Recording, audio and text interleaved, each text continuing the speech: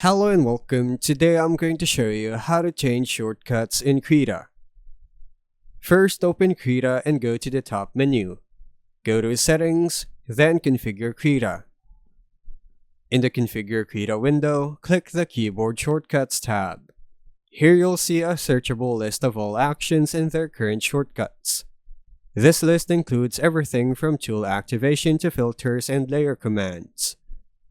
To change a shortcut, scroll around or type the name of the action you want in the search box. For example, brush or group layers. Then click the action in the list to select it. Once selected, click the custom radio button next to the shortcut fields. Click the button beside it and press the key combination you want.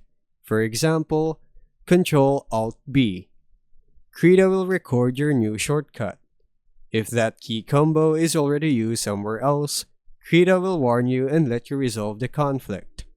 You can assign 2 shortcuts per action, a primary and an alternate, so you can trigger the same command with different keys depending on your workflow. When you're done customizing, click OK at the bottom of the window to save your changes. Krita will now use your new shortcuts immediately. And that's how you change and customize keyboard shortcuts in Krita. Thanks for watching.